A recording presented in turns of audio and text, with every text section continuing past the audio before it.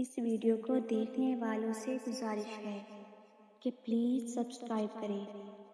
یہ بھی تو ممکن ہے کہ تم نے مایوس ہو کر جو دعا مانگنا چھوڑ دی ہے وہی تمہاری قبولیت کی دعا ہو۔ وہ چیز جو تمہیں شدت سے چاہیے وہ تمہیں تب ہی ملے گی جب تم اس کے لیے ہاتھ اٹھا کر فریاد کرتے رہو گے۔ کیا پتہ تمہارے نصیب کے اس صفحے پہ اللہ نے یہی لکھا ہو، تو اگر تم اس چیز کے لیے لڑنا ہی چھوڑ دو گے، دعا کے لیے جھولی پھیلانا ہی بند کر دو گے، تو وہ چیز کیسے تمہیں ملے گی؟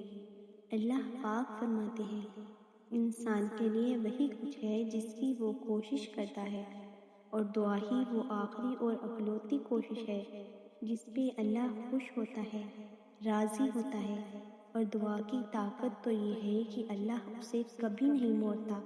جو بہتر ہوتا ہے اس پہ کن فرما دیتا ہے، اور جو بہتر نہیں ہوتا اسے ہمارے حق میں بہتر بنا دیتا ہے۔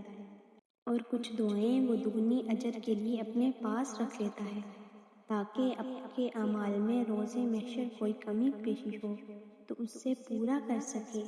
وہ کسی بھی حال میں آپ کا برا نہیں سوچتا۔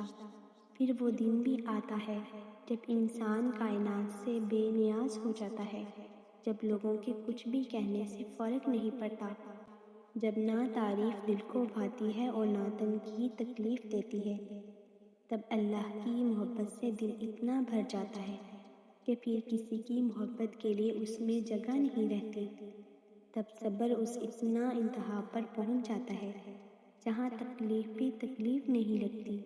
اللہ کی محبت انسان کو بہت بے خوف بنا دیتی ہے، اتنا بے خوف کہ جس چیز کے نہ ہونے کی گواہی دنیا دیتی ہے، انسان اس چیز کے ہونے کا بھی دعویٰ کرتا ہے، اس یقین کے ساتھ کہ میرا اللہ سب کچھ کر سکتا ہے۔